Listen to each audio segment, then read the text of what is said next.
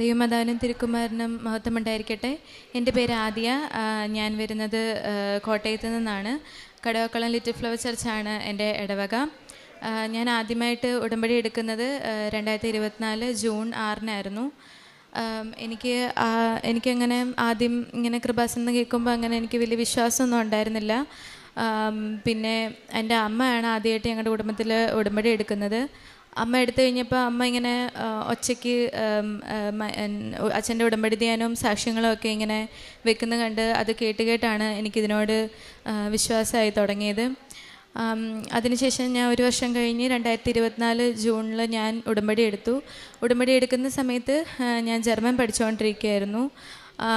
അപ്പോൾ ഞാൻ ഉടമ്പടി എടുത്ത് 2 ആഴ്ച കഴിഞ്ഞപ്പോൾ എനിക്ക് ഡേറ്റ് കിട്ടി. ഞാൻ ആദ്യത്തെ ഒരു 2 മൊഡ്യൂള് ഞാൻ എഴുതി കഴിയുമ്പോൾ ഞാൻ വിചാരിച്ചു ഉടമ്പടി എടുത്തതല്ലേ, ഞാൻ ഇത് എന്നായാലും ജയിക്കും എന്ന് ഉറച്ചുകൊണ്ടാണ് ഞാൻ എക്സാം എഴുതിയത്. പക്ഷേ റിസൾട്ട് വന്നപ്പം ഞാനും എൻ്റെ ഫ്രണ്ടും കൂടെ എഴുതാൻ പോയത്. അപ്പം അവൻ ഇതിന് 2നും പാസ്സായി, പക്ഷേ ഞാൻ അതിന് 2നും ഫെയിലായി. അപ്പോൾ എനിക്ക് മനസ്സിലായി വെറുതെ ഉടമ്പടി എടുത്താൽ മാത്രം പോരാ, മാതാവിനെ കൂടുതൽ അറിയുകയും കൂടുതൽ മാതാവിനോട് അടുക്കുകയൊക്കെ ചെയ്താലേ പറ്റുള്ളൂ എന്ന് എനിക്ക് മനസ്സിലായി. അത് കഴിഞ്ഞിട്ട് ഞാൻ പിന്നെ സ്പീക്കിങ്ങിന് ഡേറ്റ് എടുത്തു. സ്പീക്കിങ്ങിന് എനിക്ക് വളരെ അറിയാവുന്ന ഒരു എളുപ്പമുള്ള ടോപ്പിക്കായിരുന്നു കിട്ടിയിരുന്നത്. എക്സാമിനർ നമ്മളോടൊരു ചോദ്യം ചോദിക്കും പരീക്ഷയുടെ ഇടയ്ക്ക്. ആ ചോദ്യം എനിക്ക് നന്നായിട്ട് മനസ്സിലായി, അതിന് ഞാൻ ആൻസർ പറയുകയും ചെയ്തു. പക്ഷേ റിസൾട്ട് വന്നപ്പോൾ അത് ഞാൻ ഫെയിലായി. അപ്പോൾ ഞാൻ ഇങ്ങനെ ആലോചിച്ചു, എന്താ മാതാവ് ഇങ്ങനെ ഉടമ്പടി എടുത്തിട്ടും എനിക്ക് പരീക്ഷയൊന്നും ജയിക്കാൻ പറ്റുന്നില്ലല്ലോ എന്ന് ഞാനിങ്ങനെ ആലോചിച്ചു. അതും കഴിഞ്ഞ് ഞാൻ അങ്ങനെ തൃച്ചിയിലും ഡേറ്റ് എടുത്തു, അങ്ങനെ തിരുവനന്തപുരത്ത് പിന്നെ എടുത്തു. അങ്ങനെ ഒരു 8 പ്രാവശ്യം 9 പ്രാവശ്യമെങ്കിലും ഞാൻ എക്സാം എഴുതി കാണും. അതെല്ലാം ഞാൻ ഫെയിലാവുക ചെയ്ത്. പക്ഷേ പിന്നെയാണ് ഞാൻ ശ്രദ്ധിച്ചത്, ഞാൻ ഉടമ്പടി പ്രാർത്ഥനകളെല്ലാം ചെയ്യുമെങ്കിൽ പോലും ഞാൻ കാരുണ്യപ്രവർത്തികളൊന്നും ചെയ്യത്തില്ലായിരുന്നു. അപ്പോൾ പിന്നീട് ഞങ്ങൾ കാരുണ്യപ്രവർത്തികൾ ചെയ്യാൻ തുടങ്ങി.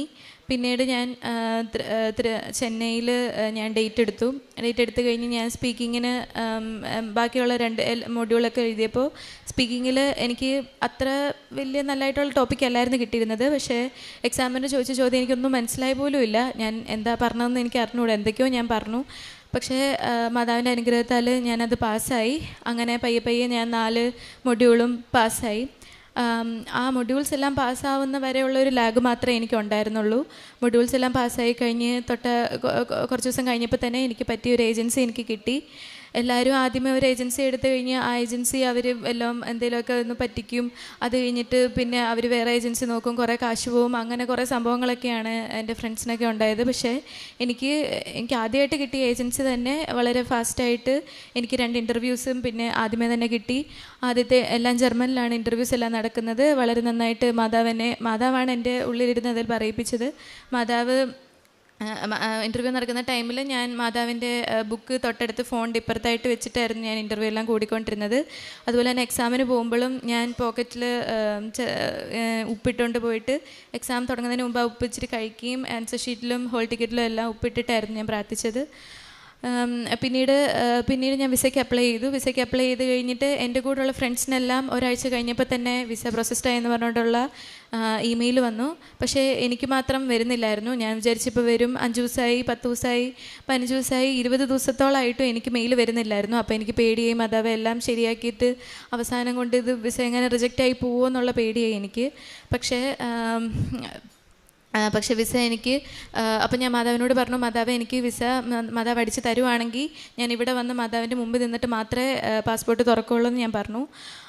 അപ്പോൾ ആണെങ്കിൽ ഞങ്ങൾക്കൊരു ഫാമിലി ഫംഗ്ഷൻ്റെ അന്നായിരുന്നു എനിക്ക് വിസയുടെ ഇവിടുന്ന് കോള് വരുന്നത്, വന്ന് കളക്ട് ചെയ്യണമെന്ന് പറഞ്ഞ്. ഞങ്ങളപ്പോൾ തിരുവല്ലയിൽ നിന്ന് ആദ്യമേ വീട്ടിൽ വന്ന് എൻ്റെ ആധാർ കാർഡും എടുത്ത് പിന്നെ ഞങ്ങൾ വിസ കളക്ട് ചെയ്തിട്ട് ഞാനത് ഓപ്പൺ ചെയ്തില്ല. ഇവിടെ വന്ന് നേരെ ആ വഴി തന്നെ ഇവിടെ വന്ന് കൃപാസനത്തിൽ വന്ന് ഇവിടെ വന്ന് മാതാവിൻ്റെ മുമ്പ് നിന്നിട്ടാണ് ഞാൻ എൻ്റെ പാസ്പോർട്ട് തുറക്കുന്നത്. പാസ്പോർട്ടിനകത്ത് മാതാവിൻ്റെ കൃപയിൽ എനിക്ക് വിസ അടിച്ച് തന്നിട്ടുണ്ടായിരുന്നു. മാതാവിന് വളരെയധികം നന്ദി. പിന്നെ ഇതായിരുന്നു എൻ്റെ 2 സാക്ഷ്യങ്ങൾ. പിന്നെ എൻ്റെ മുഖത്ത് ഒരു 2-3 മാസങ്ങൾക്ക് മുമ്പായിട്ട് ഒരുപാട് കുരുക്കൾ വരുന്നുണ്ടായിരുന്നു. ഉടമ്പടി വസ്തുക്കളൊക്കെ വെച്ച് പ്രാർത്ഥിച്ചതിൻ്റെ ഫലമായിട്ട് എനിക്ക് കുരുക്കളെല്ലാം മാറി. ഇപ്പം പാടുകൾ മാത്രമേ ഉള്ളൂ. പിന്നെ പ്രേക്ഷിത പ്രവർത്തനമായിട്ട് ഞാൻ പത്രങ്ങൾ കൊടുക്കുമായിരുന്നു. പത്രങ്ങൾ ഞങ്ങൾ ഓട്ടോ സ്റ്റാൻഡിലും ഞാനും അമ്മയും കൂടെ പോയി ഓട്ടോ സ്റ്റാൻഡിലും കൊടുക്കുമായിരുന്നു, ഡിസ്ട്രിക്ട് ഹോസ്പിറ്റലിലൊക്കെ കൊടുക്കുമായിരുന്നു. പിന്നെ അവിടെ കാണുന്നവർക്ക് ഞങ്ങൾ കഴിയാവുന്ന സഹായങ്ങളൊക്കെ ചെയ്തു കൊടുക്കുമായിരുന്നു. ഓൾഡ് ഏജ് ഹോമിലുള്ള അമ്മച്ചിമാരെ കാണാൻ പോകുമായിരുന്നു, അവർക്ക് വേണ്ടി സഹായങ്ങളൊക്കെ ചെയ്തു കൊടുക്കുമായിരുന്നു. പിന്നെ ഞാൻ വഴി 2 പേരെ ഞാൻ മാതാവിൻ്റെ കാര്യങ്ങളൊക്കെ പറഞ്ഞ് ഞാൻ വഴി 2 പേരെ ഉടമ്പടി എടുത്തിട്ടുണ്ട്. പിന്നെ എക്സാമിന് പോകുന്ന ടൈമിലാണേലും ഞാൻ പറ്റുന്നവരോടൊക്കെ മാതാവിനെക്കുറിച്ച് സംസാരിക്കാനായിട്ട് മാക്സിമം നോക്കുമായിരുന്നു. എനിക്ക് അനുഗ്രഹങ്ങളെല്ലാം തന്ന അമ്മ മാതാവിനും ദൈവമാരനും ഒരു കോടാനുകൂടി നന്ദി ഉണ്ടായിരിക്കട്ടെ. ഞാൻ മാതാവിൽ എനിക്ക് വിശ്വാസം ഉണ്ടായിരുന്നെങ്കിൽ പോലും ജസ്റ്റ് പ്രാർത്ഥിക്കുക അങ്ങനെയൊക്കെ ഉണ്ടായിരുന്നുള്ളൂ. ഉടമ്പടി എടുത്തതിന് ശേഷമാണ് ഞാൻ എല്ലാ ദിവസവും മുടങ്ങാതെ പള്ളിയിൽ പോകുമായിരുന്നു. മേലാതൊക്കെ ഇരിക്കുന്ന 1-2 ദിവസമൊക്കെ മുടങ്ങാറുണ്ടായിരുന്നുള്ളൂ. എല്ലാ ദിവസവും കൊന്ത ചൊല്ലും. കൊന്ത ഞാൻ ഒരിക്കലും മുടക്കാറില്ല. പിന്നെ ബൈബിൾ വായിക്കും. പിന്നെ ഉടമ്പടി എടുത്തതിന് ശേഷമാണ് മാതാവിനെ കൂടുതൽ അറിയാനും മാതാവിനോട് കൂടുതൽ അടുക്കുവാനും ഒക്കെ തുടങ്ങിയത്. സങ്കീർത്തനങ്ങൾ 19:8 കർത്താവിൻ്റെ സാക്ഷ്യം വിശ്വാസ്യമാണ്, അത് വിനീതരെ വിജ്ഞാനികളാക്കുന്നു. കർത്താവിൻ്റെ കൽപ്പനകൾ നീതിയുക്തമാണ്, അവ ഹൃദയത്തെ സന്തോഷിപ്പിക്കുന്നു. കർത്താവിൻ്റെ പ്രമാണം വിശുദ്ധമാണ്, അത് കണ്ണുകളെ പ്രകാശിപ്പിക്കുന്നു. അത്തിയ തെരേസ തോമസ് എന്ന ഈ മകൾ ഉടമ്പടി ജീവിതത്തിൻ്റെ സവിശേഷ അനുഗ്രഹങ്ങളെ അമ്മയുടെ തിരുനടയിൽ നന്ദിപൂർവ്വം സമർപ്പിക്കുന്നു. മകൾ സൂചിപ്പിച്ചത് ജർമ്മൻ ഭാഷാ പഠനവും അതിൻ്റെ പരീക്ഷകളെയും കുറിച്ചാണ്. പ്രത്യേകിച്ച് മകൾ ആദ്യ തവണ പരീക്ഷയ്ക്ക് പോകുമ്പോൾ സ്പീക്കിംഗ് എന്ന മൊഡ്യൂൾ വളരെ എളുപ്പമുള്ളതായിട്ടാണ് മകൾ അനുഭവപ്പെടുന്നത്. പഠിച്ചവ തന്നെ വന്നു, ചോദിച്ച ചോദ്യവും മറുപടി പറയുവാൻ അറിയുമായിരുന്നു. അങ്ങനെ ഒരു മാനസികമായിട്ട് ഒരുക്കത്തോടും ഒരു പ്രത്യാശയോടും കൂടിയാണ് പരീക്ഷയിൽ പങ്കുചേർന്നത്.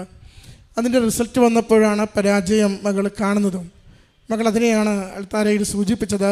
തൻ്റെ ഉടമ്പടി ജീവിതത്തെ ഒന്ന് പരിശോധിക്കുമ്പോൾ അന്ന് വരെയും കാരുണ്യ പ്രവൃത്തികളൊന്നും ചെയ്തിരുന്നില്ലെന്നും ഉടമ്പടി അങ്ങനെ തട്ടിമുട്ടി ജീവിച്ചു പോകുന്ന രീതിയാണ് താൻ ചെയ്തുകൊണ്ടിരുന്നതെന്നും അവൾ തിരിച്ചറിയുന്നു. പിന്നീടാണ് അവൾ ഉടമ്പടിയിൽ കൂടുതൽ ആഴപ്പെട്ട് വിശ്വസ്തയോടുകൂടി ഓരോ ചെറിയ കാര്യവും നല്ല മനസ്സോടുകൂടി ചെയ്യുവാനുള്ള സന്നദ്ധത കാണിക്കുക, കാരുണ്യ പ്രവൃത്തികളിൽ കൂടുതൽ അറിഞ്ഞുകൊണ്ട് ഏർപ്പെടുക. അതോടൊപ്പം തന്നെ പ്രാർത്ഥനയിലും അനുദിന ദിവ്യബലി, ജപമാല, വചനവായന എല്ലാത്തിലേക്കും തന്നെ പൂർണ്ണമായി സമർപ്പിച്ചുകൊണ്ട് പരിശുദ്ധമ്മയിൽ ആശ്രയിക്കുക. ഉടമ്പടി എടുത്തതുകൊണ്ട് കൃപാസന മാതാവിലുള്ള പൂർണ്ണമായ വിശ്വാസവും ആശ്രയത്വവും നമ്മളിൽ ഉണ്ടാകണം എന്നില്ല. അത് ആരെങ്കിലും പറഞ്ഞു ഏതെങ്കിലും ഒരു കാര്യത്തിന് വേണ്ടി ഉടമ്പടി എടുത്ത് നാം പ്രാർത്ഥിക്കുന്നത് പോലെ പ്രാർത്ഥിച്ച് ജീവിക്കുന്നത് പോലെ ജീവിച്ച് നമുക്ക് പോകാനാവും. അതുകൊണ്ട് പ്രത്യേകിച്ച് കാര്യമൊന്നുമില്ല. നമുക്ക് അമ്മ മാതാവിൻ്റെ പ്രത്യക്ഷീകരണത്തിൻ്റെ സാക്ഷിയാകുവാൻ വേണ്ടിയാണ് ഉടമ്പടി എടുക്കുന്നതും ഉടമ്പടിയിൽ ജീവിക്കുന്നതും. പ്രത്യക്ഷീകരണം സത്യമാണെന്നും അത് ലോകം സഭ അംഗീകരിക്കണമെന്നും ലോകത്തിൻ്റെ അതിർത്തിയോളം ആ സന്ദേശം എത്തണമെന്നും അതിലൂടെ ഈ കാലഘട്ടത്തിൽ ഏതൊക്കെ ദുരന്തങ്ങളിലൂടെ ആരൊക്കെ കടന്നു പോകുന്നുവോ അവരൊക്കെയും സംരക്ഷിക്കപ്പെടണമെന്നും നമുക്ക് ആഗ്രഹമുള്ളത് അച്ഛനത് സൂചിപ്പിക്കുക. ജോസഫ് അച്ഛൻ എപ്പോഴും പറയും, ഒരു ആത്മഭാരത്തോടു കൂടി നമുക്ക് ആ നിയോഗത്തെ സമർപ്പിക്കുവാനും ദൈവത്തെ സ്നേഹിക്കുവാനും നമുക്ക് സാധിക്കുമ്പോഴാണ് ഉടമ്പടി നമുക്ക് മജ്ജയും മാംസവും വെച്ച് ജീവിക്കുന്നുവെന്ന് പറയുവാനാവുക. സഹോദരി പറയുന്നുണ്ട്, കാരുണ്യ പ്രവൃത്തികളിലേക്ക്, എൻ്റെ ഉടമ്പടി ജീവിതത്തിലേക്ക് അല്പം കൂടി വിശ്വസ്തയോടും വിശ്വാസത്തോടും ഞാനൊന്ന് പ്രവേശിച്ച് തുടങ്ങിയപ്പോൾ പിന്നീട് ഞാൻ ചെല്ലുന്ന സ്പീക്കിങ്ങിൻ്റെ എക്സാം, ആ മൊഡ്യൂൾ ഏറെ ക്ലേശകരമായിരുന്നു. ഞാൻ അത്ര കണ്ട് പഠിക്കാത്ത ഭാഗമാണ് എനിക്ക് വേണ്ടി നൽകിയത്. ചോദിച്ച ചോദ്യം എനിക്കൊട്ടും മനസ്സിലായുമില്ല. മറുപടി പറയുവാൻ തന്നെ ഏറെ ക്ലേശിച്ചു. ഓർക്കണമേ, നാം ഉടമ്പടിയിൽ ഉറച്ചാണോ നിൽക്കുന്നത്?